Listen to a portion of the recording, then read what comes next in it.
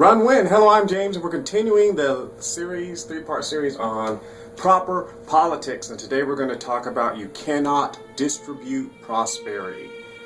That is an epic fail. That does not work. It's not a cliche to say it's an epic fail. You cannot distribute prosperity. You can't take money. You can't redistribute wealth. You can't take money from rich people and give it to poor people and expect prosperity. You can't take someone who's making $19 million a year because they went to school and, are a CEO of a major corporation, drop their wages and update and pull up the wages of people who didn't go to school.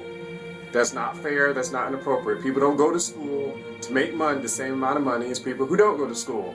That's logic. That's simple. Also, you can't take people who are rich, increase their taxes, and decrease the taxes of poor people. No, that's really the love of money. That's where the idea of redistribution of wealth, where socialism, communism, the communist countries come from. They want to take everybody's money, really, is what they really want to do, take everyone's money and dole it out. And every time you've seen any country that does that, most of the people are poor. They have horrible, if they have a minimum wage, it's horrible. Whatever it is, it doesn't work because they're trying in the natural, in the flesh, to make everybody on the same footing. But you can't do that because there's spiritual laws that state, one, the hand of the diligent maketh rich. So if a poor person is diligent, they will eventually become rich. If a rich person is lazy, they'll eventually become poor.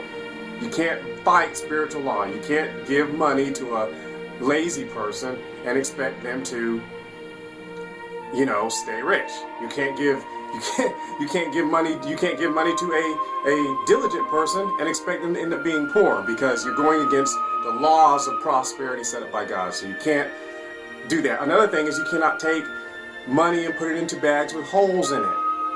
If there is a failing company, you need to find out why it's failing first before you start throwing money at it. If someone doesn't know how to manage money, giving them money, increasing their money is not going to help them. If every time they get money and they get checked, they go, grab their credit card or whatever and they go into debt, it doesn't matter how much money you give them, they're going to keep getting in further and further and further debt. If they don't know how to if they don't know how to pay their bills on time or whatever, they're going to go into debt, and then their kids are going to not have Christmas, and then they're going to have problems, and they'll end up having to file for bankruptcy. That's a problem. Just like giving a house or a loan to someone who can't pay it. They'll default. Even though you want to be nice and give them a loan, you better just pay for the car, pay for the insurance, all the gas, anything necessary concerning it, which is what communist countries usually would do because they own everything. So if you give that to them and expect them to pay for the insurance, well, one, they're already poor, so they probably don't have the money to pay for the insurance of a $90,000 car. But two, if they're a bad manager of finances, they don't know. Or also, in a spiritual sense, if they're talking poverty and prosperity, if they're talking poverty, we'll never have enough money and stuff like that. Their mindset. If their mindset's poor, no matter how much money you try to give them, isn't going to help them, because they're talking about, we don't have enough. You've heard about people who get their checks and spend it all on drugs. Well, no matter how much money you get, even rich people, they get their money from their motion picture or their thing, and what do you see? They're blowing it on drugs. Heard about it with athletes or stuff. They're partying all the time, and so when they retire from professional athleticism, they don't have any money because they were not taught rules of prosperity. They were given money, which is a good example. They were given money because of a special physical talent they had, and they were not taught rules of prosperity. Same thing with doctors. If a doctor can't manage their finances, if a doctor doesn't know how to not get into debt, if a doctor doesn't know how to stay off drugs or alcohol, they'll blow away their wealth, their fortune, if they inherit a fortune, because they weren't taught the laws of prosperity. You can't redistribute wealth. You can't just take it from a rich person, give it to a poor person, and expect it to work. You'd actually have to teach the poor person, here's your answer, how to think and act rich, how to be diligent, how to stop acting like a poor person. Stop hanging around with people who don't do what they're supposed to do, people who talk bad against their government, who sit there and, hate leaders who are in authority, who don't show up for work on time, who aren't diligent, who are always talking about people, who are doing things poor people do.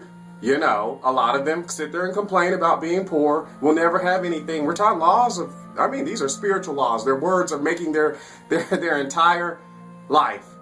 And they're saying, oh, we're poor and stuff like that. Oh, they never get enough. They never get ahead. Everyone else always gets all the breaks. Well, the laws of spirit accommodate you. Mark 11:24. Therefore I say unto you, what things soever you desire. No, not what things soever. That's Mark 11:24. Mark 11:23. For verily I say unto you, whosoever shall say unto this mountain, be thou moved, be thou cast into the sea, shall not doubt in his heart, but shall believe that those things which he saith shall come to pass, he shall have whatsoever he saith. That's good or bad. It didn't say only good things come to pass. It said good or bad. In fact, Jesus cursed the tree when he did it. So if you got someone who is wrapped around in poverty, the curse of the law, not obeying God, not doing what they're supposed to do, you know, not building their house, ladies tearing down her house because she likes to party and she doesn't want to stay home. The husband's running around doing stuff he's not supposed to do. He likes to party, he's not staying home. Poverty. And it'll work same thing for a rich person who inherits $19 billion. They'll sit there and party, and she'll party, and they'll party away all their money. Hand of the diligent maketh rich. So if you want to help a poor person, you need to teach them how to be diligent. Hook them up with the laws of prosperity. That God is the one who gives us the power to get wealth so he can establish his covenant. That's how you do it. You can't just take money and give it. You've seen it. It's already been established. Countries have fallen. They've been strong for years and fell because they can't do it. You can't redistribute prosperity. Sounds nice. Sounds great. Give every kid in class $100. 1 month later, some will have more than $100. Some will have nothing. Some will have $50 because of their mindset and how they spend that money, what they do with it. So you can't just do it without. I mean, you have to work on the being, not on just the money. That's it.